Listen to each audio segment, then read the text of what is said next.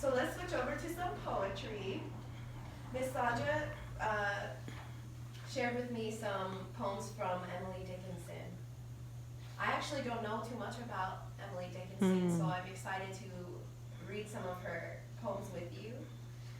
Um, there was one paper, let me get this. Do you still read her in high school, folks? No? I think so. Yeah, anyone in high school? Yeah, you did? Yeah? I've heard of her. Yeah. I mean, poetry is not my favorite thing, and I think that's probably why I don't know too much about her. But that's okay. She was born in December 1830. She was an American poet. And one thing that I found interesting is that she wrote many, many, many poems. It says here nearly 1,800. That's a lot. I can barely write one. Yeah. And a lot of her poems deal with themes of death and immortality. One is called Hope. Hope is the thing with feathers. Hope is the thing with feathers that perches in the soul and sings the tune without the words and never stops at all. And sweetest in the gale is heard, and sore must be the storm that could abash the little bird that kept so many warm. I've heard it in the chillest land and on the strangest sea, yet never an extremity. It asked a crumb of me. All right.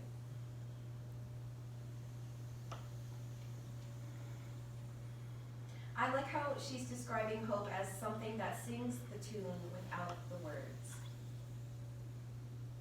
And that it's like a part of your soul. Yeah. That feels like something that you can hold on to, but it's not tangible, but yet it's so real. Yeah. There's another poem that's called Because I Could Not Stop for Death. Would you like to read it? It starts here and it ends here. Make sure you hold the mic, Travis, so we can hear it.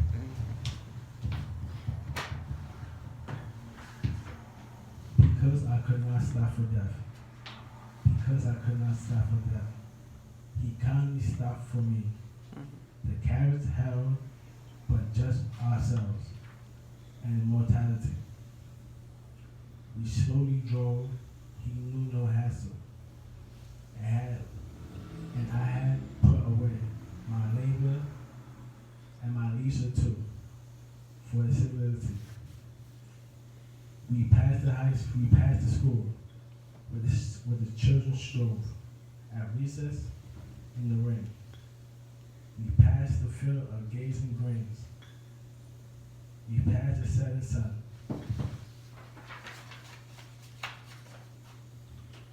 Or rather, he passed us. The dews drew, quivering and chill. For only gorse mirrors and grown. My tippet only two. We paused before a house that seemed at swelling of the ground. The roof was scarcely visible, cornice in the ground. Since then, 'tis centuries, and yet feels shorter than a day. The first surmises the horse head would towards eternity. Deep. Thank you, deep. I like how in that poem, death is personified. And also it seems not casual, but just like very standard, which it is. I think it's interesting that she made death a character in her poem. What do you think, given the time period that she lived, 1830s, and so she would have been writing maybe the 1840s to the 50s, Why do you think that that may have been a theme that was important for her? Anyone? As a woman living in that time period. I wonder if she was ever unhappy. I mean, of course, but maybe she thought about death like as a relief, maybe? Hmm. Especially if she's living in a world where she doesn't have the same rights that we have now as women. Yeah. And being friendly with the idea of death. Enough that she can think about it and put it into her poem like that. Because it's a quite a scary thing to think about.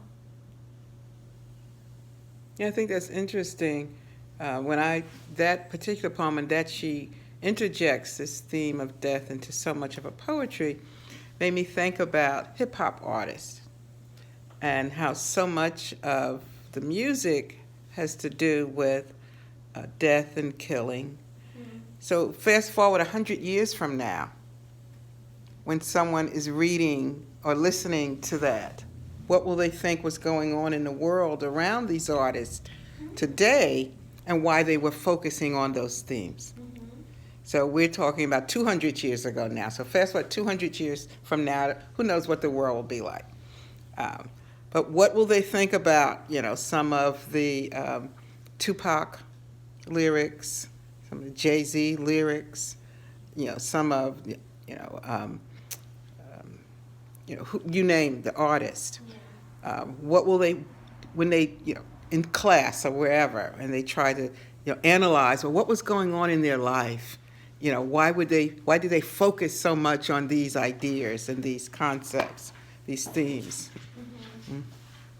And I think also violence is quite normalized at this point. It's almost like we feel numb to it in a way because it's happening around us so much. And I'm sure, it's been like that always, I think, for all of humanity's existence. But now we have a way to document it artistically.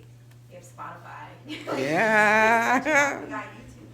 So in that sense, then, from 200 years ago almost, from when Emily Dickinson was born, how much has changed in terms of where the role of violence in our society? Mm-hmm.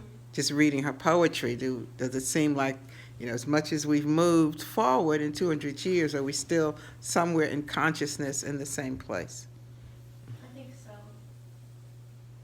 I think also it's interesting, they're talking about like a carriage, a horse-drawn carriage, right? Mm-hmm. And also just they're very plain. We passed the school where children strove at recess.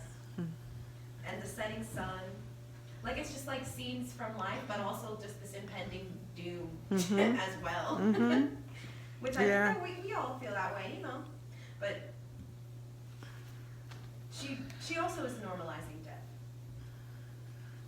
Okay, because it is normal, but in a beautiful way. Transition from this plane to another. Not even just transition, even mentally. In consciousness, transition in consciousness? I like that. Yeah, death doesn't really have to be physically. Death could be just, like she's saying, consciousness. Yeah, the way you think, how you move. Is it just because you're Brenda now doesn't mean Brenda 2 months ago. That's a transition. Because that's the death is a new you. Yeah.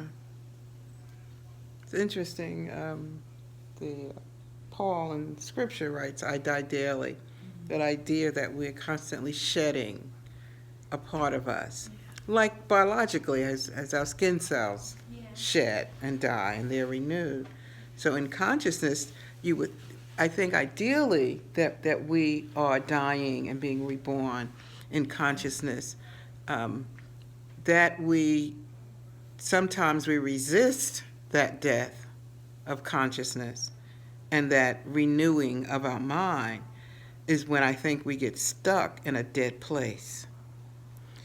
Because we're supposed to not encounter ourselves next year, the year after, 5, 10 years, and we're still in the same place, right? We should always be evolving and transforming to a higher level of conscious or an expanded level of awareness of ourselves.